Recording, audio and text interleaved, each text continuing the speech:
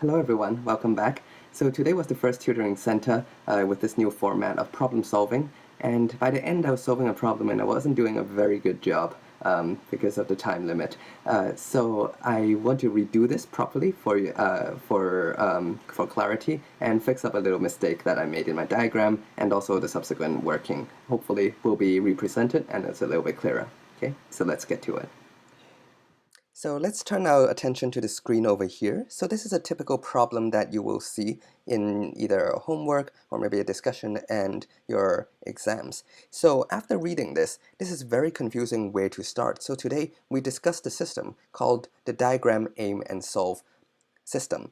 This is a very good way to begin because everyone can do the first two steps. And the beauty of this is when you finish the first two steps, it will give you a pretty good idea of what to do next. Of course, there are more to learn requiring the rest of the bits where you solve. This really requires your understanding of physics, whereas the first two is pure problem-solving skills. So this is why a lot of times, even when you understand all the concepts in physics, you're not necessarily able to solve the problem because you haven't dissected the problem right. And I find that it's this rather abstract sounding procedure of dissecting the problem can be made concrete as long as you just draw a diagram and state your aim. It's that simple. So let me demonstrate that here for you. So here is the problem. I'll show it up on the side of the screen. So the strategy is always start with a diagram, no matter what.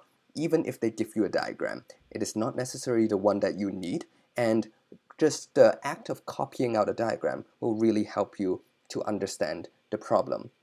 So also, this is on a side note, in these times of online teaching, this particular system is especially effective because this is more like how you would do it nowadays. Instead of having the problem directly above you where you can highlight, you can underline keywords, you can circle key numbers that you need later.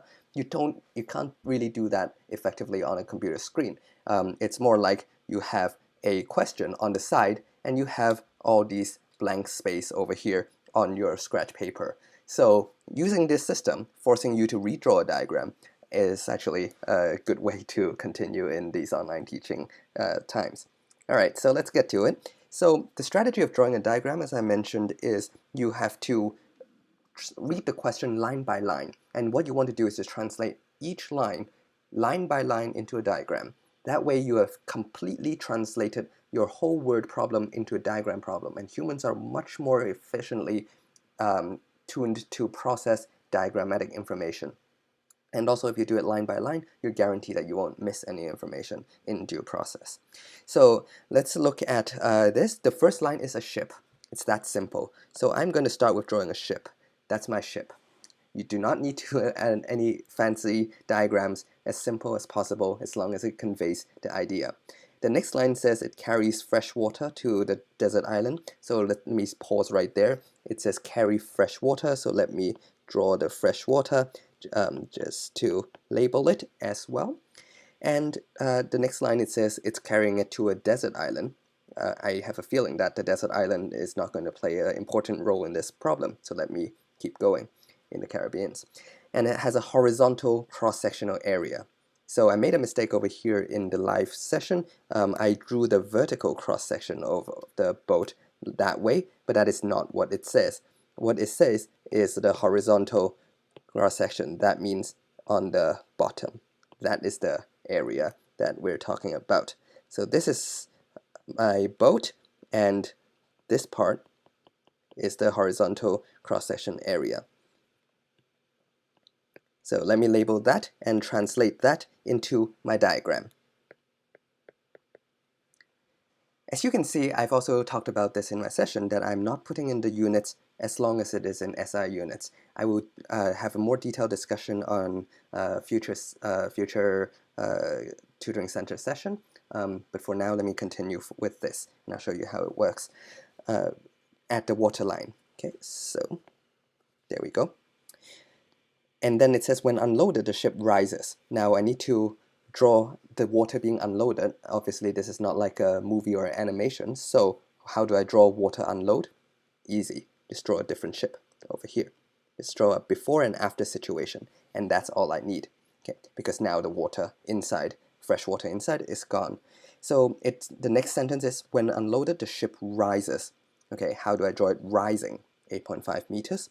Well, let's draw the sea level. I have no idea what the sea level is like. I'm just going to randomly put a line over here, and it says it rises, so presumably this side will have a shallower distance compared to this side. I probably should have exaggerated a little bit more, but let me label this was the original height, this is the new height, that way.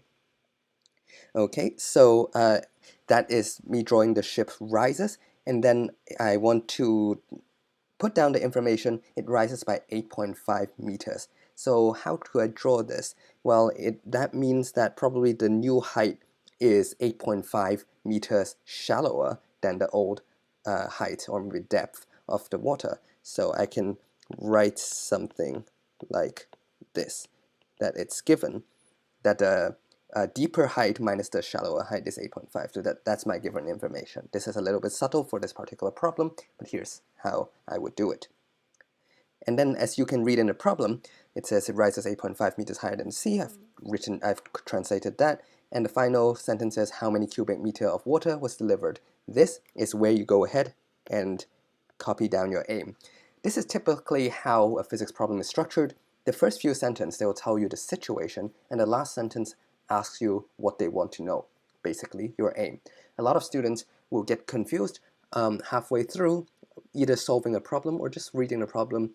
Okay, so there's a lot of information overload, but by doing this, you really give yourself a focus. Even though, let's say, halfway down the road, you're confused with the algebra, you don't lose track of where you're going to go with this problem. So the aim over here, it says how many cubic meter of waters were delivered. What you need to do is to translate that to something more tangible or more quantitative instead of like a qualitative statement. So what is it really asking? Is it asking for mass, density, area, or time? What is the physics quantity that's asking?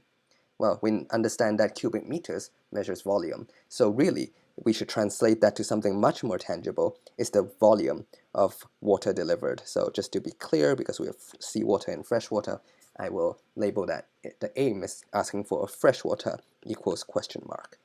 Now, as you can see, by doing these two steps, I have everything in the problem onto my paper. And effectively, I do not, from now on, need to look at the problem or the question anymore, because everything I have is contained in here.